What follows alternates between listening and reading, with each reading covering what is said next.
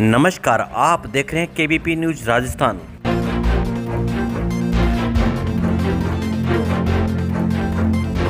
जैसे जैसे लोकसभा चुनावों की तारीख और वोटिंग का समय नज़दीक आता जा रहा है, वैसे वैसे मतदाताओं की फिक्रमंद करने के लिए मतदाताओं की आवभगत बढ़ती जा रही है। इसी कड़ी में स्टार प्रचारक लगातार लगे हुए हैं। आज अनूपगढ़ में कांग्रेस के प्रत्याशी कुलदीप इंदौरा की जनसभा को संबोधित करते हुए पूर्व मुख्यमंत्री अशोक गहलोत व पूर्व उप मुख्यमंत्री सचिन पायलट ने सरकार की उपलब्धियों का बखान किया और प्रदेश में कांग्रेस कमेटी के अध्यक्ष गोविंद डोटासरा ने जनसभा को भी संबोधित किया। जनसभा के मुख्य वक्ता के रूप में कांग्रेस के राहुल गांधी ने भाजपा सरकार को घेरते हुए कहा कि सबसे बड़ा मुद्दा इस समय बेरोजगारी और आज मीडिया पर सबसे बड़ा साधा निशाना। उन्होंने कहा कि मीडिया के लिए ज़रूरी है अंबानी के बेटे की शादी और अरबपति मालिक है जो मीडिया को बोलने से रोकते हैं।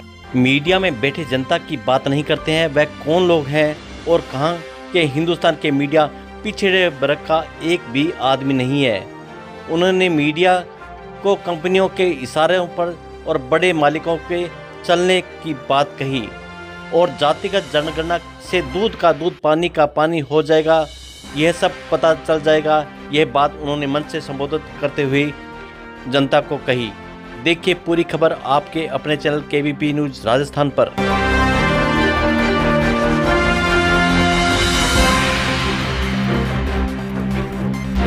मंत्री बना दिया था, उस मंत्री को अग्निवीर मंत्री बनाने का काम इस धरती के किसानों ने किया है।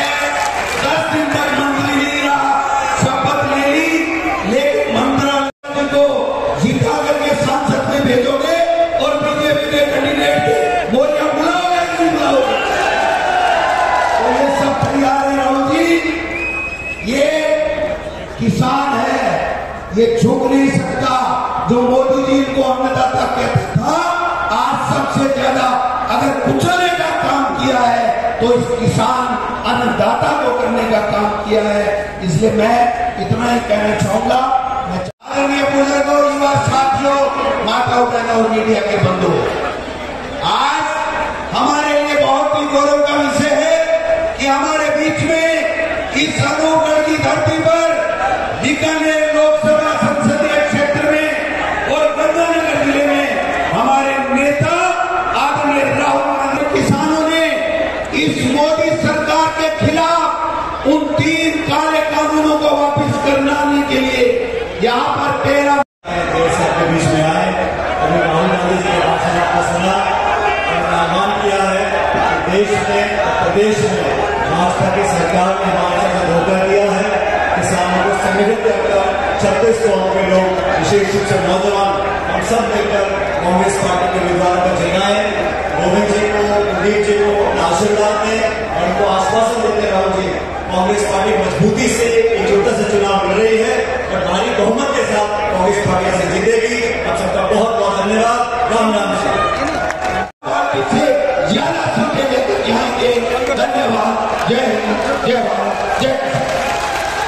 बहुत बहुत धन्यवाद गोविंद सिंह जी डोटासरा साहब ने, जिस तरीके से बात करते हुए कहा कि मोरिया बुलाओ ने पीछे पर आकर गठ का काट लेना है। अब फैसला बीकानेर लोकसभा प्रत्याशी गोविंद की मेघवाल साहब और गंगानगर लोकसभा प्रत्याशी कुलदीप इंदौरा साहब वास्ते 19 तारीख में अधिक संख्या हाथ एक शाम पर वोट डालने की अपील करने वास्ते निवेदन करूं हमारे यशस्वी पूर्व मुख्यमंत्री अशोक गहलोत जी से कि वो आए।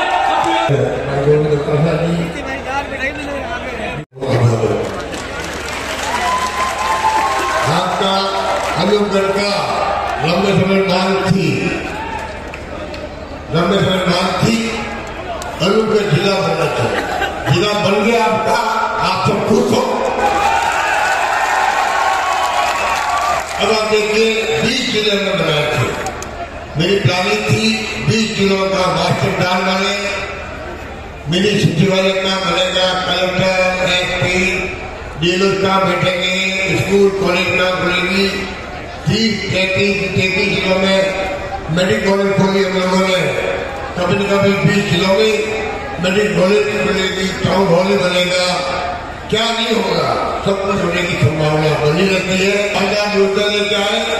राजस्थान पहली बार देश के अंदर अन्य राज्यों में चर्चा में आ गया। इतनी सारी हमारी शिक्षा की योजना है, हमारी स्वास्थ्य की योजना है, 25,000 का बीमा हो, हमारी बिजली की योजना हो, क्या सोलर हो, चाहे वो सूर्य में आपके थर्मल भी है, क्या वो पीने के पानी की योजना, बिजली की योजना, शिक्षा की, स्वास्थ्य की, सड़कों का शुद्ध। अपने बच्चों को प्राइवेट सेक्टर में,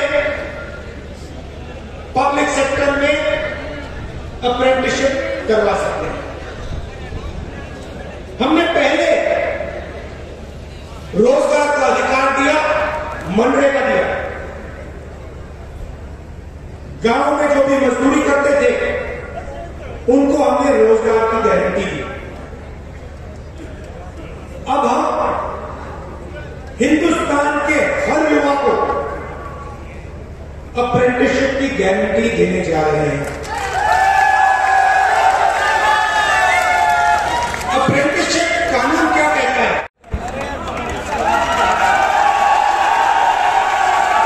उधर आपको विदेश से हजारों लोग आते हुए दिखेंगे। 24 घंटा मीडिया में आपको नरेंद्र मोदी जी का चेहरा दिखेगा। कभी वो समुद्र के नीचे जाएंगे,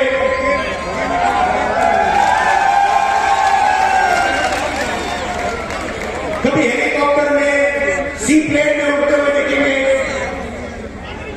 कभी थाली बजाते हुए दिखेंगे, कभी मोबाइल फोन की लाइट पर दिखाने को मिलेंगे। तो ये सवाल कुछ समय से मैं अपने आप से पूछ रहा था, लेकिन मीडिया है, इसका काम जन खरीदी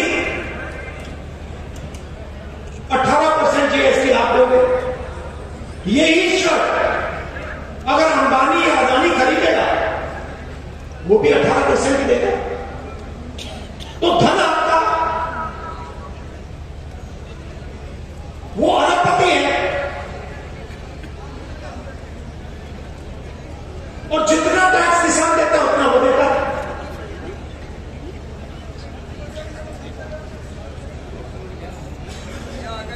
तो अब सवाल उठता है कि बीजेपी ने लाखों करोड़ रुपए अरबपतियों को दे दिए। वो कहते हैं मैं पिछड़े वर्ग का हूं। अगर आप पिछड़े वर्ग में हैं तो मीडिया में पिछड़े वर्ग का कोई नहीं, हिंदुस्तान की सबसे बड़ी कंपनियों में पिछड़े वर्ग का कोई नहीं। हिंदुस्तान को 90 लोग चलाते हैं। आईएएस अफसर है, दिल्ली में बैठते हैं, बजट को बांटते हैं। मैंने आपको देखा है 90 में से पिछले वर्ग के कितने? 3। आबादी 50% और 90 में से 3। और अगर बजट की बात करें तो अगर 100 रुपए का बजट होता है, 100 रुपए का 15% दलित है,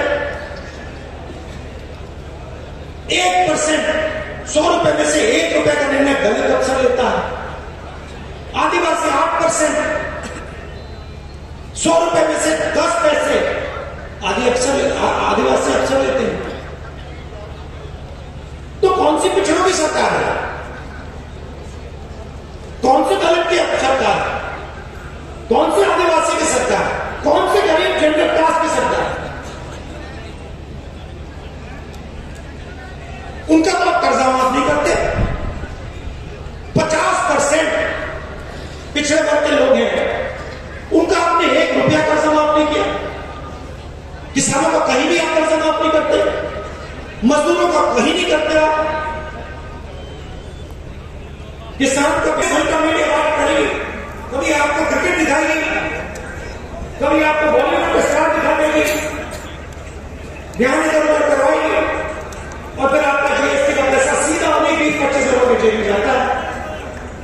तो सवाल उठता है कांग्रेस पार्टी को क्या करना है? मैं आपको बताता हूं, यहां पर लिखा है जितना पैसा उन्होंने अरबपतियों को दिया उतना पैसा हम गरीबों को, पिछड़ों को, दलितों को, आदिवासियों को घर देंगे। मगर जब हिंदुस्तान के अरबपतियों का कर्जा माफ होता है तो उनकी आदत भी बिगड़ती है, वो आलसी नहीं होते।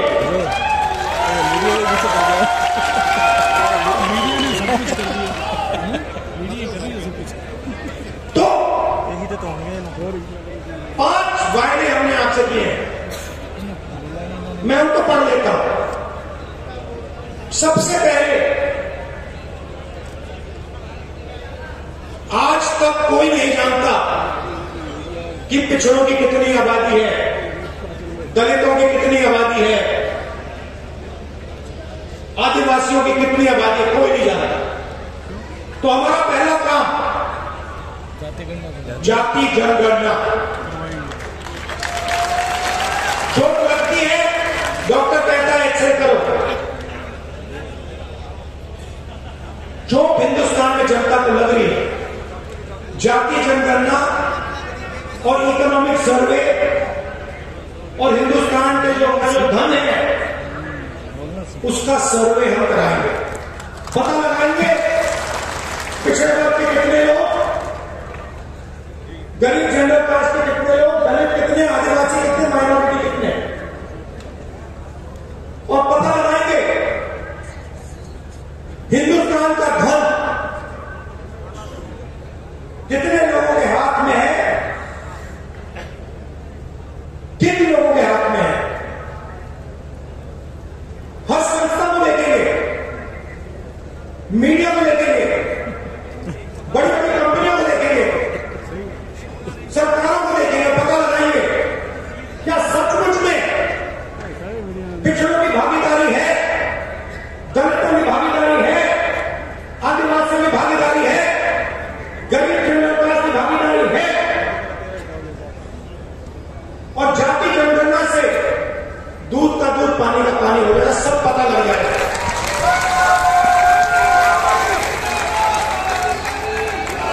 दूसरा काम, देखिए मेरे दिमाग में एक नंबर है, नरेंद्र मोदी जी ने 16 लाख करोड़ रुपया 22-25 लोगों का कर्जा माफ किया। मैं उस नंबर को नहीं चल रहा। अगर नरेंद्र मोदी जी ने अरबपतियों का कर्जा माफ किया, उनकी मदद की, तो हम हिंदुस्तान के हर गरीब की मदद करेंगे, उसकी रक्षा करेंगे। तो हमारा दूसरा काम, हिंदुस्तान की हर गरीब परिवार में एक महिला को, अच्छी तरह सुनिए, हिंदुस्तान के हर गरीब परिवार में एक महिला को कांग्रेस पार्टी की सरकार साल का 1 लाख रुपया बैंक अकाउंट में डाल रही है।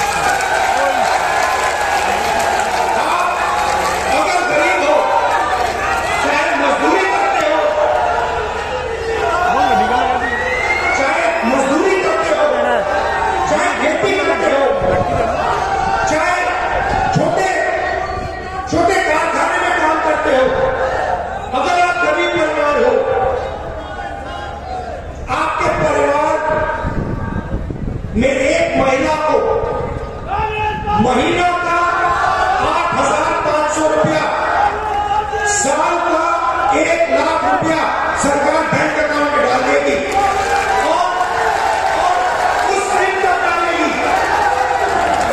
मजे की बात सुनिए, और उस दिन तक डालेगी जिस दिन तक आप गरीबी रेखा से निकल जाओगे। अगर आप गरीबी रेखा के नीचे हो, आपके बैंक अकाउंट में हर साल 1 लाख रुपया, 8,500 रुपया महीने का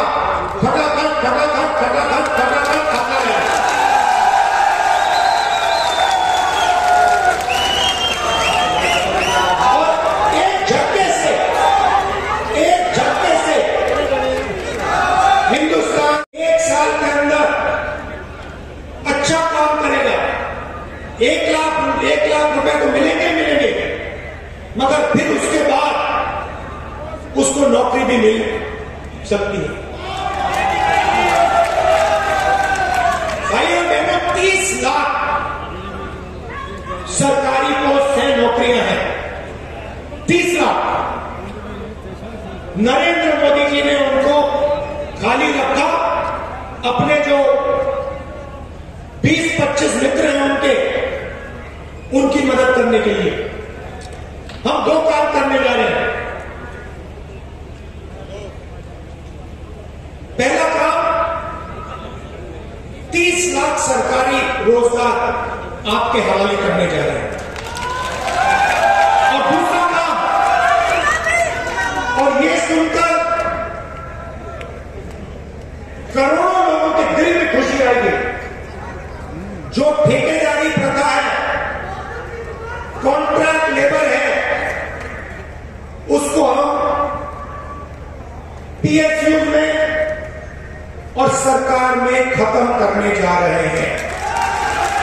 अब हिंदुस्तान में अगर कोई सरकार में काम करेगा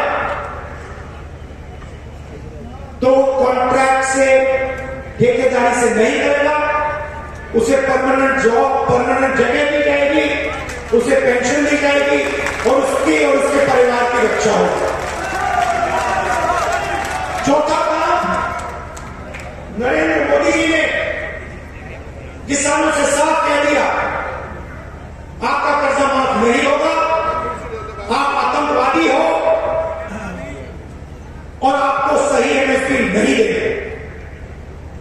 हमारी सरकार आएगी, कानूनी एमएसपी कांग्रेस पार्टी हिंदुस्तान के किसानों के लिए लागू कर देगी।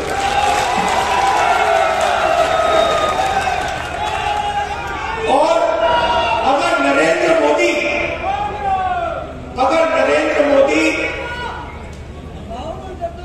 कर्जा माफ कर सकता है तो कांग्रेस पार्टी फिर से किसानों का कर्जा माफ करके आपको दिखा देगी। तो ये मैं आपसे कहने आया था कि देखिए, जितना उन्होंने 20-25 लोगों को दिया, उतना हम हिंदुस्तान के करोड़ों लोगों को देंगे। और आखिरी बात, राजस्थान में, उत्तर प्रदेश, तमिलनाडु, हिंदुस्तान का हर प्रदेश अपने युवाओं को सेना में भेजता था। सेना गारंटी देती थी कि अगर आपको कुछ हुआ, कुछ भी हुआ, हिंदुस्तान की सरकार आपकी देखभाल करेगी, शहीद का दर्जा देगी, पेंशन देगी। अगर आप शहीद हुए, आपके परिवार को कॉम्पनसेशन मिलेगा, आपकी पेंशन उनको मिलेगी, कैंटीन मिलेगी। यह वायदा हिंदुस्तान की सरकार हिंदुस्तान के जवान से करती है। यह वायदा नरेंद्र मोदी ने अग्निवीर बनाकर यह वायदा तोड़ा है। और यह अग्निवीर स्कीम जो है, भाई और बहनों, यह आर्मी को नहीं चाहिए थी। यह आर्मी ने नहीं कहा कि हमें अग्निवीर चाहिए। यह नरेंद्र मोदी जी ने पीएम ऑफिस से अग्निवीर योजना लागू की है। जैसे ही हमारी सरकार आएगी, अग्निवीर योजना को हम रद्द कर देंगे और जो पहले गारंटी हमारे जवानों को दी जाती थी, शहीद का दर्जा, पेंशन, कैंटीन, यह हम एक बार फिर हमारे जवानों को देने जा रहे हैं। आप सब यहां आए, गर्मी में आए, दिल से आपका धन्यवाद करता हूं। भाइयों बहनों, ये चुनाव संविधान को और लोकतंत्र को बचाने वाला चुनाव है। ये चुनाव 90% वालों का चुनाव है, पिछड़ों का, दलितों का, आदिवासियों का, गरीब जनरल कास्ट का।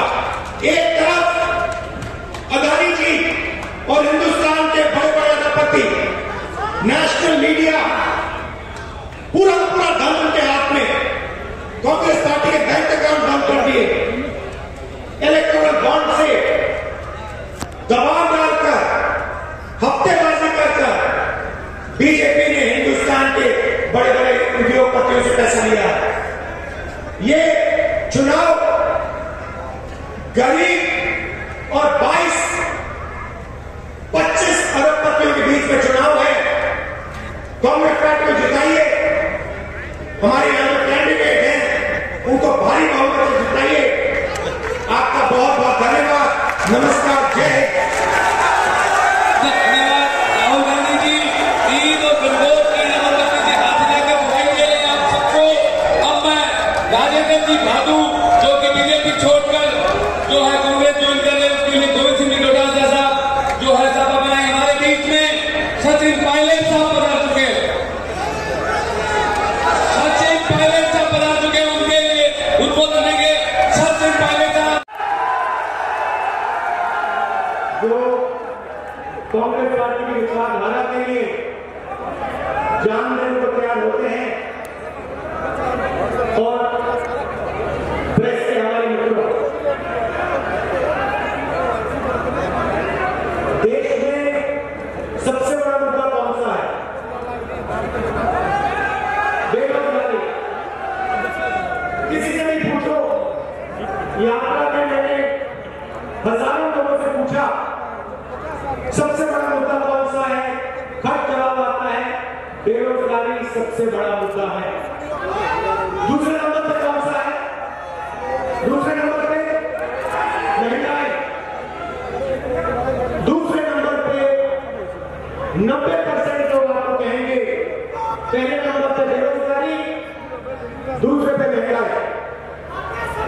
अब आपने एक चीज नोट की होगी कि हिंदुस्तान की जनता से अगर आप पूछें तो वो आपको बताएंगे पहले नंबर पर बेरोजगारी, दूसरे नंबर पर महंगाई। मगर अगर आप हिंदुस्तान के मीडिया से पूछेंगे या मीडिया को देखेंगे तो आपको लगेगा सबसे जरूरी मुद्दा अंबानी जी की शादी है,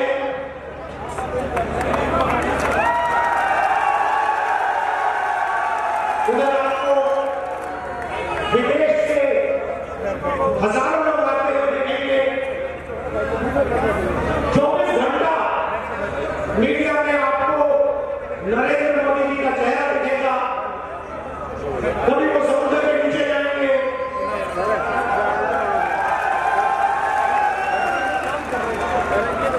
कभी हेलीकॉप्टर में सीट लेने में उड़ते हुए दिखेंगे,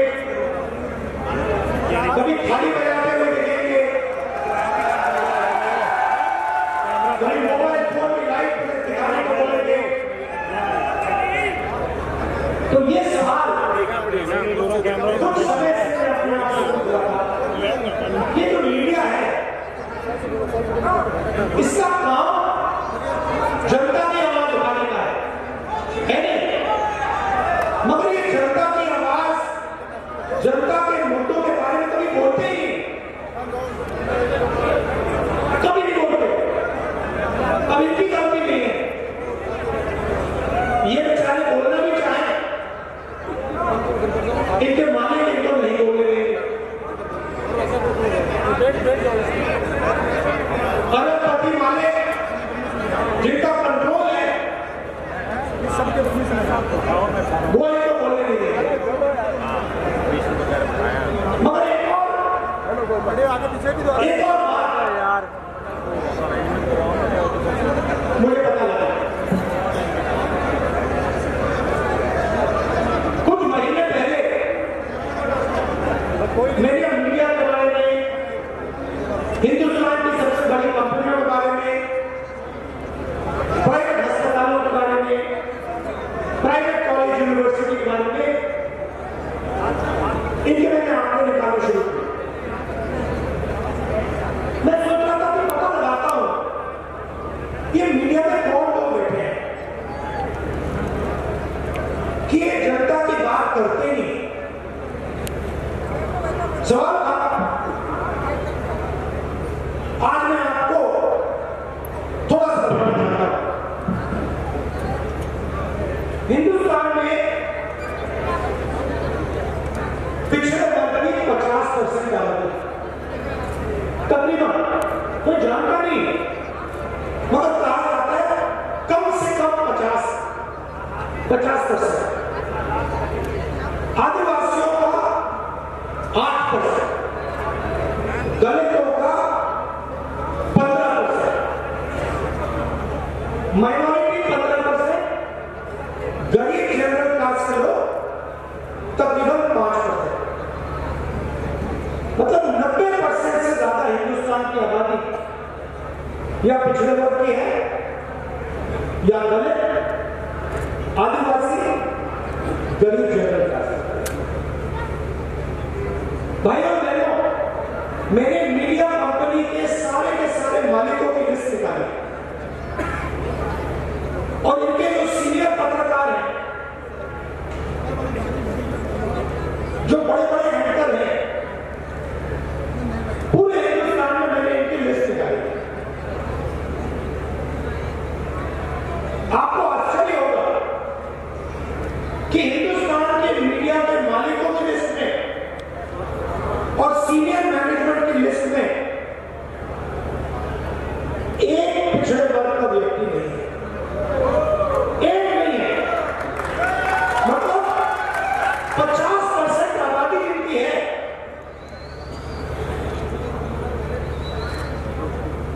जो देश को चलाते हैं, मेहनत करते हैं, उनमें से एक व्यक्ति हिंदुस्तान की मीडिया में आपको नहीं दिखाई देगा। दलित 15%, एक दलित व्यक्ति आपको मीडिया में नहीं दिखाई देगा। आदिवासी 8%, एक आदिवासी आपको सीनियर मीडिया में मालिकों की लिस्ट में नहीं दिखाई देगा। गरीब जनरल क्लास के लोग नहीं दिखाई देंगे, माइनॉरिटी का कोई लोग नहीं दिखाई देंगे। ये 2-3% लोग